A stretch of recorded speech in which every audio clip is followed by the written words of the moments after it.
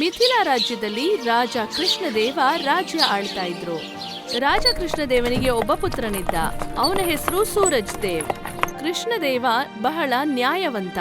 ರಾಜ್ಯದಲ್ಲಿ ಅಪರಾಧವನ್ನ ಕಡಿಮೆ ಮಾಡೋದಕ್ಕೆ ಅವರು ದಂಡಶಾಸ್ತ್ರವನ್ನ ಕಠಿಣಗೊಳಿಸಿದ್ರು. ಕಳ್ತನ ಅಥವಾ ಯಾವುದೇ ತಪ್ಪಿರ್ಲಿ, ಎಲ್ಲ ಅಪರಾಧಕ್ಕೂ ಅವರ ದರ್ಬಾರಿನಲ್ಲಿ ಕಠಿಣವಾದ ಶಿಕ್ಷೆ ಇತ್ತು. ಅವರ ಮಗ ಸೂರಜ್ ದೇವ್ ಈಗ ದೊಡ್ಡವನಾಗಿದ್ದ. ಅವನಿಗೆ ಅವರ ತಂದೆಯ ರೀತಿ ನೀತಿ ಇಷ್ಟ ಆಗ್ತಿರ್ಲಿಲ್ಲ. ಅಪ್ಪ, ನಿಮ್ಮ ರೀತಿ ನೀತಿ ನಂಗೆ ಇಷ್ಟ ಆಗ್ತಾ ಇಲ್ಲ. ಶಿಕ್ಷೆ ಕೊಡೋದ್ರಿಂದ ಯಾವುದೇ ರೀತಿ ಅಪರಾಧ ಕಮ್ಮಿ ಆಗಲ್ಲ. ನೀವು ನಿಮ್ಮ ರಾಜ್ಯದಲ್ಲಿ ಅಪರಾಧವನ್ನ ಕಮ್ಮಿ ಮಾಡಬೇಕು ಅಂತ ಅನ್ಕೊಂಡ್ರೆ ಅದಕ್ಕಿಂತ ಮುಂಚೆ ನೀವು ಮೊದಲನೇದಾಗಿ ಅಪರಾಧಿಯ ಮನಸ್ಥಿತಿಯನ್ನ ಅರ್ಥಕೊಳ್ಬೇಕು. ರಾಜ್ಕುಮಾರ, ನಿಮ್ಮ ಮಾತು ನಮ್ಗೆ ಅರ್ಥ ಆಗ್ತಾ ಇಲ್ಲ. ನೀವು ಪ್ರತೀಕ್ಷೆ ಮಾಡಿ, ನಾನ್ ನಿಮ್ಗೆ ಅರ್ಥ ಆಗೋ ರೀತಿ ಮಾಡ್ತೀನಿ. ರಾಜ್ಕುಮಾರ ಇಷ್ಟನ್ನ ಹೇಳಿ ಅಲ್ಲಿಂದ ಹೊರಟ್ಬಿಡ್ತಾರೆ. ಅವರು ಮಹಾಮಂತ್ರಿ ಅರ್ಜುನನನ್ನ ಅವರ ಕೋಣೆಗೆ ಕರೆಸ್ಕೊಳ್ತಾರೆ. ಮಹಾಮಂತ್ರಿ, ರಾಜ್ಯದಲ್ಲಿ ಆದಷ್ಟು ಜಾಸ್ತಿ ಅವ್ಯವಸ್ಥೆ ಯಾವ ಕಾರಣಕ್ಕಾಗಿ ಆಗ್ತಾ ಇದೆ ಹೇಳಿ. ರಾಜ್ಕುಮಾರ, ಪೂರ್ತಿ ರಾಜ್ಯದಲ್ಲಿ ಅಹಂಕಾರ ಹೊಮ್ಮಿದೆ. ಒಬ್ಬ ಕಳ್ಳ ಈ ರಾಜ್ಯದ ಶ್ರೀಮಂತ ವ್ಯಾಪಾರಿಗಳನ್ನ ಗುರಿಯಿಟ್ಟು ಅವ್ರ ಬಳಿ ಕಳ್ಳತನ ಮಾಡ್ತಾ ಇದ್ದಾನೆ. ಕಳ್ಳತನ ಮಾಡಿದ ನಂತರ ಅವನು ನಮ್ಮ ಕಾನೂನು ವ್ಯವಸ್ಥೆಗೆ ಒಂದು ಸವಾಲನ್ನ ಹಾಕೋ ರೀತಿ ಕುಂಕುಮದಿಂದ ಅವನ ಕೈ ಗುರುತವನ್ನ ಗೋಡೆಯಲ್ಲಿ ಬಿಟ್ಟು ಹೋಗ್ತಾನೆ. ನಮ್ಮ ಸೈನಿಕರು ಅವನನ್ನು ಹಿಡಿಯೋದಕ್ಕೆ ಆದಷ್ಟು ಪ್ರಯತ್ನ ಪಟ್ರು. ಆದರೆ ನಾವು ಯೋಚನೆ ಮಾಡಿದಷ್ಟು ಅಷ್ಟು ಸುಲಭ ಆಗಿಲ್ಲ ಅದು. ನಾವು ಎಷ್ಟೇ ರೀತಿ ಬಲೆಯನ್ನು ಬೀಸಿದ್ರೂ ಕೂಡ ನಮ್ಮ ಕೈಯಿಂದ ಅವನು ಜಾರ್ತಾ ಇದ್ದಾನೆ. ಹೌದಾ? ಸರಿ, ನೀವು ಒಂದು ಕೆಲಸ ಮಾಡಿ, ಈ ರಾಜ್ಯದ ದೊಡ್ಡ ಶ್ರೀಮಂತರು ಮತ್ತೆ ವ್ಯಾಪಾರಸ್ಥರ ಪೂರ್ತಿ ವಿವರವನ್ನ ನಂಗೆ ಕೊಡಿ. ಮತ್ತೆ ಇನ್ನೊಂದು ವಿಷಯ, ಎಷ್ಟು ಮನೆಯಲ್ಲಿ ಕಳ್ತನ ಆಗಿದೆಯೋ ಅವರೆಲ್ಲರ ಬಗ್ಗೆ ನಾನು ತಿಳ್ಕೋಬೇಕು. ಅವರು ಏನು ವ್ಯಾಪಾರ ಮಾಡ್ತಾ ಇದ್ದಾರೆ, ಬೇರೆ ಏನಾದರೂ ವ್ಯಾಪಾರ ಮಾಡ್ತಾ ಇದ್ದಾರಾ, ಮತ್ತೆ ಅವರು ಖರ್ಚು ಎಲ್ಲಿ ಮಾಡ್ತಿದ್ದಾರೆ ಇತ್ಯಾದಿ ಅಲ್ಲ. ನಂಗೆ ಅವನು ಸಾಧಾರಣವಾದ ಕಳ್ಳ ಅಂತ ಅನ್ನಿಸ್ತಾನೆ ಇಲ್ಲ. ಅವನು ತನ್ನ ಗುರುತನ್ನ ಬಿಟ್ಬಿಟ್ಟು ಈ ರಾಜ್ಯಕ್ಕೆ ಏನೋ ಹೇಳೋದಕ್ಕೆ ಅವನು ಹೊರಟಿದ್ದಾನೆ. ಈ ಕಳ್ಳ ಕಳ್ತನ ಮಾಡ್ತಾ ಇರೋ ಹಿಂದೆ ಖಂಡಿತ ಒಂದು ಬಲವಾದ ಕಾರಣವಿದೆ. ರಾಜ್ಕುಮಾರ ಸೂರಜ್ನ ಮಾತ್ ಕೇಳಿ ಮಹಾಮಂತ್ರಿ ಇವಾಗಿನವರೆಗೂ ಕಳ್ತನ ಆಗಿರುವಂತ ಜನಗಳ ಬಗ್ಗೆ ತಿಳ್ಕೊಳಕ್ಕೆ ಅಂತಾನೆ ಗುಪ್ತಚರರನ್ನ ಕಳಿಸ್ತಾನೆ. ಕೆಲವು ದಿನಗಳ ನಂತರ ಮಹಾಮಂತ್ರಿ ಅರ್ಜುನ್ ರಾಜ್ಕುಮಾರ ಸೂರಜ್ನ ಒಬ್ರೇ ಭೇಟಿ ಮಾಡ್ತಾರೆ. ರಾಜ್ಕುಮಾರ, ನೀವು ಹೇಳಿದ ಹಾಗೆ ಈ ರಾಜ್ಯದ ಎಲ್ಲಾ ವ್ಯಾಪಾರಿ ಮತ್ತು ಧನವಂತರ ಮಾಹಿತಿಯನ್ನ ತಂದಿದ್ದೇನೆ. ಒಂದು ವಿಷಯ ಈ ಎಲ್ಲಾ ಕಳ್ಳರಲ್ಲಿ ನಾನು ನೋಡಿದ್ದೇನೆಂದ್ರೆ, ಈ ಎಲ್ಲಾ ಕಳ್ಳರು ಉನ್ನತ ದರ್ಜೆಯ ಅನುಮಾನಸ್ಥರಾಗಿದ್ದಾರೆ. ಇವರೆಲ್ಲರೂ ಕೂಡ ಕೆಲವು ವರ್ಷದಿಂದ ಇದ್ದಕ್ಕಿದ್ದಂತೆ ಎಲ್ಲಿಂದನೋ ಹಣವನ್ನ ಇವರು ಗಳಿಸ್ತಾ ಇದ್ದಾರೆ. ಆ ಹಣ ಅವರಿಗೆ ಎಲ್ಲಿಂದ ಬರ್ತಾ ಇದೆ ಅಂತ ಯಾರಿಗೂ ಗೊತ್ತಾಗ್ತಾ ಇಲ್ಲ. ಅದು ಅವರು ಗಳಿಸ್ತಾ ಇರೋ ಹಣನ ಅಥವಾ ಕಳ್ತನ ಮಾಡಿದ ಅಂತ ಗೊತ್ತಾಗ್ತಿಲ್ಲ. ಇದರಲ್ಲಿ ಆಶ್ಚರ್ಯಪಡುವ ವಿಷಯ ಏನಂದ್ರೆ, ರಾಜ್ಯದ ಕಾನೂನು ಮಂತ್ರಿ ಇವ್ರ ಬಗ್ಗೆ ಇನ್ನೂ ಏನಕ್ಕೆ ತಿಳ್ಕೊಂಡಿಲ್ಲ ಅಂತ ನಂಗೆ ಗೊತ್ತಿಲ್ಲ. ಹೌದು, ನೀವು ಸರಿಯಾಗಿ ಹೇಳ್ತಿದ್ದೀರಾ. ಈ ಕಳ್ಳರು ಯಾರೇ ಆಗಿದ್ರು ಕೂಡ ಅವರ ಗುರಿ ಬರೀ ಕಳ್ತನ ಮಾತ್ರ ಅಲ್ಲ. ಅವ್ರ ಮೇಲೆ ನಾವು ಗಮನ ಹರಿಸ್ಬೇಕು ಅಂತ ಈ ರೀತಿ ಮಾಡ್ತಾ ಇದ್ದಾರೆ. ಈ ಕಳ್ಳರು ಯಾರೋ, ಇವರೆಲ್ಲರೂ ಕೂಡ ಏನಕ್ಕೆ ಈ ರೀತಿ ಮಾಡ್ತಾ ಇದ್ದಾರೆ, ಇದನ್ನ ನಾವು ಆ ಕಳ್ಳರ ಬಾಯಿಂದಲೇ ನಾವು ತಿಳ್ಕೋಬೇಕು. ಆದ್ರೆ ರಾಜ್ಕುಮಾರ, ಇವತ್ತಿನವರೆಗೂ ಅವ್ರ ಬಗ್ಗೆ ಒಂದು ಸುಳಿವು ಕೂಡ ಸಿಕ್ಕಿಲ್ಲ. ಅವ್ರನ್ನ ನಾವು ಹೇಗೆ ಹಿಡಿಯೋದು? ಮಹಾಮಂತ್ರಿ ಅವರೇ, ನೀವು ಇದನ್ನ ಕೇಳಿರ್ತೀರಾ, ಕಬ್ಣದಿಂದನೇ ಕಬ್ಣನ ಹೊಡಿಬೇಕು. ಇದನ್ನ ನಾನು ಕೇಳಿದ್ದೀನಿ. ಆದ್ರೆ ನೀವು ಏನ್ ಮಾಡಕ್ ಹೋಗ್ತೀರಾ? ನಂಗೆ ಅರ್ಥನೇ ಆಗ್ತಾ ಇಲ್ಲ. ಮಹಾಮಂತ್ರಿ ಅವರೇ, ಆ ಕಳ್ಳರನ್ನ ನಾವು ಹಿಡಿಯೋದಿಕ್ಕೆ ನಾವೇ ಕಳ್ಳರಾಗ್ಬೇಕು. ಅವರಿಗೆ ಅವರ ಹೆಸರನ್ನ ಬೇರೆಯವರು ಪಡ್ಕೊಂತಿದ್ದಾರೆ ಅಂತ ಅನ್ಕೋಬೇಕು. ಆ ರೀತಿ ಮಾಡಿದ್ರೆ ಬಲೆಗೆ ಬಿದ್ದೇ ಬೀಳ್ತಾರೆ. ಆ ಸಮಯದಲ್ಲಿ ಅವ್ರನ್ನ ಹಿಡಿಬಹುದು. ವಾ ವಾ ವಾ ರಾಜ್ಕುಮಾರ, ವಾಹ್, ನೀವು ಹೇಳಿದಂತೂ ತುಂಬಾ ಚೆನ್ನಾಗಿದೆ. ಆದ್ರೆ ನೀವು ರಾಜಕುಮಾರ, ನೀವು ಹೇಗೆ ಕಳ್ಳರಾಗಿ ಆ ಕಳ್ತನ ಮಾಡ್ತೀರಾ? ಮಹಾರಾಜರಿಗೆ ಗೊತ್ತಾಗ್ಬಿಟ್ರೆ ನಿಮ್ಮನ್ನ ಏನ್ ಮಾಡ್ತಾರೋ? ಏನಾದ್ರೂ ಮಾಡ್ಲೇಬೇಕು ಮಹಾಮಂತ್ರಿ ಅವರೇ. ನನ್ ಬಗ್ಗೆ ತಲೆಬಿಸಿ ಮಾಡ್ಕೋಬೇಡಿ. ಒಂದು ಮಾತನ್ನ ನೀವು ನೆನ್ಪಲ್ಲಿಟ್ಕೊಳ್ಳಿ, ಈ ಸುದ್ದಿ ನನ್ನ ಮತ್ತೆ ನಿಮ್ಮನ್ನ ಬಿಟ್ರೆ ಬೇರೆ ಮೂರನೇ ಜನರಿಗೆ ಗೊತ್ತೇ ಆಗ್ಬಾರ್ದು. ಹಾ, ನಿಮ್ಮ ಆಜ್ಞೆಯಂತೆ ಆಗಲಿ ರಾಜ್ಕುಮಾರ.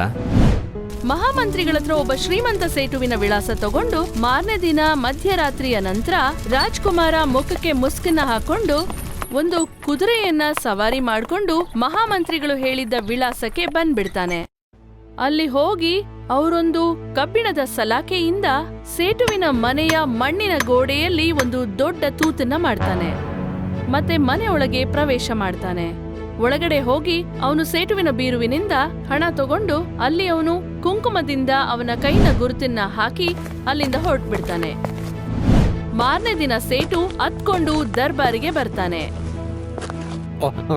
ಮಹಾರಾಜ, ನಿನ್ನೆ ರಾತ್ರಿ ನಾ ಜೀವನ ಪೂರ್ತಿ ದುಡ್ದ ಹಣವನ್ನ ಯಾರೋ ಬಂದು ಎತ್ಕೊಂಡು ಹೋಗ್ಬಿಟ್ರು. ಏನಾದ್ರೂ ಮಾಡಿ ಮಹಾರಾಜ. ರಾಜ್ಯದಲ್ಲಿ ದಂಡೋರವನ್ನ ಹಾಕಿ ಆ ಕಳ್ಳರನ್ನ ಯಾರು ಹಿಡಿತಾರೋ ಅವರಿಗೆ ಮಹಾರಾಜ ಮಾಲಾರ್ಪಣೆ ಮಾಡ್ತಾರೆ. ಮಹಾರಾಜರ ಮಾತನ್ನ ಕೇಳಿ ಸೈನಿಕರು ನಗರದಲ್ಲಿ ಡಂಗೂರವನ್ನ ಹೊಡಿತಾರೆ. ನಾನು ಕಳ್ತನ ಮಾಡಿಲ್ಲ, ಇದ್ಯಾರೋ ನನ್ನ ಹೆಸರಲ್ಲಿ ಮಾಡ್ತಾ ಇದ್ದಾನೆ. ನಿಜವಾದ ಕಳ್ಳನನ್ನ ರೇಗಿಸೋದಕ್ಕೆ ರಾಜ್ಕುಮಾರ ಮರುದಿನ ಮತ್ತೆ ಒಬ್ಬ ಶ್ರೀಮಂತ ಸೇಟುವಿನ ಮನೆಗೆ ಕಳ್ತನ ಮಾಡಕ್ ಹೋಗ್ತಾನೆ. ಇದೇ ರೀತಿ ರಾಜ್ಕುಮಾರ ದಿನ ಮನೆಯಿಂದ ಹೊರಟು ಆಮೇಲೆ ಎಲ್ಲಾದ್ರೂ ಒಂದ್ ಕಡೆ ಕಳ್ತನ ಮಾಡಿ ಹಸ್ತದ ಗುರುತನ್ನ ಹಾಕಿ ಹೊರಟ್ಬಿಡ್ತಿದ್ದ. ರಾಜ್ಕುಮಾರ ಈ ರೀತಿ ಕಳ್ಳನ ಹೆಸರಲ್ಲೇ ಕಳ್ತನ ಮಾಡೋದ್ರಿಂದ ನಿಜವಾದ ಕಳ್ಳ ಭಯ ಪಡ್ತಾನೆ.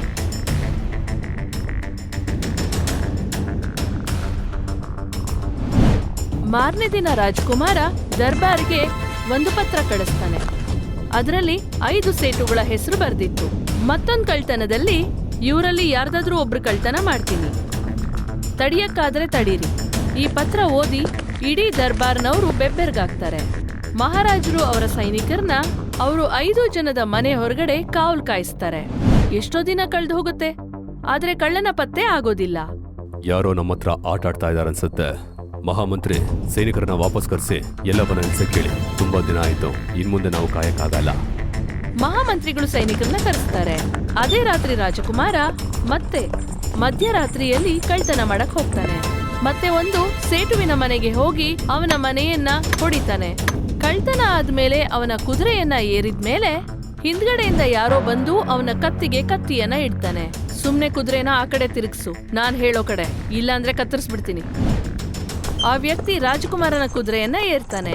ಮತ್ತೆ ಕತ್ತಿಯಿಂದ ಭಯ ಪಡಿಸ್ತಾ ಅವರನ್ನ ಅವನ ಗುಪ್ತ ಜಾಗಕ್ಕೆ ಕರ್ಕೊಂಡು ಹೋಗ್ತಾನೆ. ಅಲ್ಲಿ ಹೋಗಿ ಅವನು ರಾಜಕುಮಾರನನ್ನ ಹಗ್ಗದಿಂದ ಕಟ್ಟಾಕ್ತಾನೆ. ಯಾರ್ ನೀನು ನನ್ನ ಹೆಸರಲ್ಲಿ ಕಳ್ತನ ಮಾಡ್ತೀಯಾ?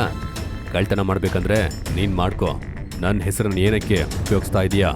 ಮೊದಲು ಕವಚವನ್ನ ತೆಗೆದು ಮುಖವನ್ನ ತೋರಿಸು, ಆಮೇಲೆ ಹೇಳ್ತೀನಿ. ಕಳ್ಳ ರಾಜ್ಕುಮಾರ ಮತ್ತೆ ಅವನ ಮುಸ್ಕನ್ನ ತೆಗಿತಾನೆ.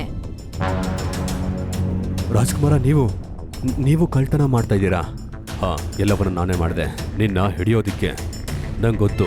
ನಿನ್ನ ನಾಮವನ್ನ ಬಳಸಿ ಕಳ್ತನ ಮಾಡಿದ್ರೆ ಅದು ನಿಂಗೆ ಕೋಪವನ್ನ ತರಿಸುತ್ತೆ.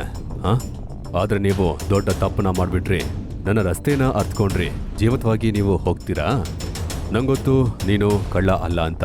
ಕಳ್ತನ ಉದ್ಯೋಗ ಆದ್ರೆ ನೀನು ಗುರ್ತನ ಬಿಡ್ತಾ ಇರ್ಲಿಲ್ಲ. ನಂಗೆ ನಿಜವನ್ನ ನೀನ್ ಹೇಳೋ. ಏನಕ್ಕೆ ರೀತಿ ಮಾಡ್ತಾ ಇದೀಯಾ? ಹೇಳಿದ್ರೆ ನಿಂಗೆ ಶಿಕ್ಷೆ ಕೊಡಲ್ಲ. ನಾನು ಬರೀ ತಿಳ್ಕೋಬೇಕಷ್ಟೆ. ನೀನು ಇದನ್ನೆಲ್ಲ ಏನಕ್ಕೆ ಮಾಡ್ತಾ ಇದೀಯಾ? ಅದನ್ನ ತಿಳ್ಕೊಂಡ್ರೆ ನಿಂಗೆ ಶಿಕ್ಷೆ ಆಗೋದು ಕಮ್ಮಿ ಆಗುತ್ತೆ. ನಮಿಗೊತ್ತು ಶಿಕ್ಷೆ ಕೊಡೋ ಮೂಲಕ ಯಾವುದೇ ಅಪರಾಧ ಕಮ್ಮಿ ಆಗಲ್ಲ ಅಂತ. ರಾಜ್ಕುಮಾರನ ಮಾತನ್ನ ಕೇಳಿ ಕಳ್ಳನಿಗೆ ಅವನ ಮೇಲೆ ನಂಬಿಕೆ ಬರುತ್ತೆ. ರಾಜ್ಕುಮಾರ, ನಾನು ಯಾವ ಬಡವ ಶ್ರಮಪಟ್ಟು ದುಡಿಯೋನು ಒಳ್ಳೆ ರೀತಿ ದುಡಿಯೋನತ್ರ ಕದ್ದಿಲ್ಲ. ನಾನು ಎಷ್ಟು ಕಳ್ತನ ಮಾಡಿದಿನೋ ಅವರೆಲ್ಲರೂ ಕೂಡ ತುಂಬಾ ಭ್ರಷ್ಟರು. ಅವರೆಲ್ಲರೂ ಕೂಡ ಸಾಧಾರಣ ಜನರ ಹಣವನ್ನ ಲೂಟಿ ಮಾಡಿ ಇಟ್ಟವರು. ನಾನು ಆ ಹಣವನ್ನ ಬಡವರಿಗೆ ತಲುಪಿಸ್ತಾ ಇದ್ದೀನಿ. ನಾನು ಕಳ್ತನ ಮಾಡಿದ ಹಣವನ್ನ ನನ್ನ ಹತ್ರ ಇಟ್ಕೊಂತಾ ಇಲ್ಲ. ಎಲ್ಲ ಹಣವನ್ನ ಯಾರಿಗೆ ಬೇಕೋ ಅವರಿಗೆ ಕೊಟ್ಟಿದ್ದೇನೆ. ಏನ್ ಹೇಳ್ತಾ ಇದೀಯಾ? ಈ ರೀತಿ ಒಳ್ಳೆ ಕೆಲಸವನ್ನ ನೀನು ಮಾಡಿದ್ರೂ ಕೂಡ ರಾಜ್ಯದಲ್ಲಿ ಭ್ರಷ್ಟಾಚಾರ ಅನ್ನೋದು ಆಗ್ತಾನೆ ಇದೆ ಅಲ್ವಾ? ರಾಜ್ಕುಮಾರ, ನಿಮ್ಮ ಕಾನೂನು ಮಂತ್ರಿ ಭ್ರಷ್ಟರಿಗೆ ಸಹಾಯವನ್ನ ಮಾಡ್ತಾ ಇದ್ದಾನೆ. ರಾಜ್ಯದ ಖಜಾನೆಯನ್ನ ಲೂಟಿ ಮಾಡಿ ಎಲ್ಲಾ ಹಣವನ್ನ ಇವರ ತಿಜೋರಿಯಲ್ಲಿ ಇಡ್ತಾ ಇದ್ದಾನೆ. ಮಹಾರಾಜರಿಂದ ಸಿಗೋ ಉಚಿತ ಧಾನ್ಯವನ್ನ ಮತ್ತೆ ಔಷಧಿಗಳನ್ನ ಬಡವರಿಗೆ ಕೊಡ್ತಾ ಇಲ್ಲ. ಬಡವರು ಹಸುವಿನಿಂದ ಸಾಯ್ತಿದ್ದಾರೆ. ಮತ್ತೆ ಮಹಾರಾಜರು ಅವರ ರಾಜ್ಯದಲ್ಲಿ ಯಾವುದೇ ರೀತಿ ಅಪರಾಧ ಆಗ್ತಾ ಇಲ್ಲ ಅಂತ ಖುಷಿಯಾಗಿದ್ದಾರೆ. ರಾಜರ ಈ ತಿಳುವಳಿಕೆ ಅವ್ರ ಕಣ್ಣನ್ನ ತಿರ್ಸೋದಿಕ್ಕೆ ಏನಾದ್ರೂ ನಾನು ಮಾಡಲೇಬೇಕು ತಾನೇ? ಆ ಒಂದು ಕಾರಣದಿಂದ ಆ ಭ್ರಷ್ಟರಿಂದ ನಾನು ಹಣವನ್ನ ಬಡವರಿಗೆ ಕೊಡಲು ಲೂಟಿ ಮಾಡ್ತಾ ಇದ್ದೀನಿ.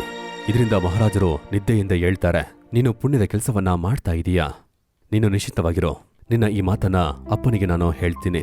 ನೀನಂಜದೆ ಬಾ. ರಾಜ್ಕುಮಾರ ಕಳ್ಳನನ್ನ ಕರ್ಕೊಂಡು ದರ್ಬಾರ್ಗೆ ಬರ್ತಾರೆ. ಅಪ್ಪ, ತಿಂಗಳಗಟ್ಲೆ ನೀವು ಹುಡುಕ್ತಾ ಇರೋ ಆ ಕಳ್ಳನನ್ನ ನಾನು ನನ್ನ ಜೊತೆ ಕರ್ಕೊಂಡ್ ಬಂದಿದ್ದೇನೆ.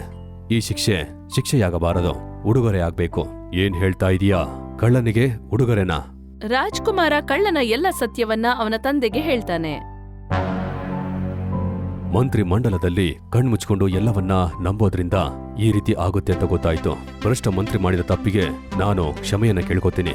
ಇವತ್ತಿಂದ ನಿಮ್ಮನ್ನ ಈ ರಾಜ್ಯದ ಕಾನೂನು ಮಂತ್ರಿಯಾಗಿ ನಾನು ಮಾಡ್ತೀನಿ. ಕಠಿಣ ಶಿಕ್ಷೆಯನ್ನ ತೊರೆದು ಹಾಕೋದಕ್ಕೆ ರಾಜ್ಕುಮಾರನ ಈ ತರ್ಕ ರಾಜನಿಗೆ ಅರ್ಥ ಆಗುತ್ತೆ. ಅವರು ತಪ್ಪಿತಸ್ಥ ಮಂತ್ರಿಗಳನ್ನ ಕಾರಾಗೃಹದಲ್ಲಿ ಇರಿಸ್ತಾರೆ. ಈ ರೀತಿ ಇನ್ನೊಮ್ಮೆ ಮಿಥಿಲಾ ನಗರದಲ್ಲಿ ಸುಖ ಶಾಂತಿ ಆವರಿಸ್ಕೊಳ್ಳುತ್ತೆ.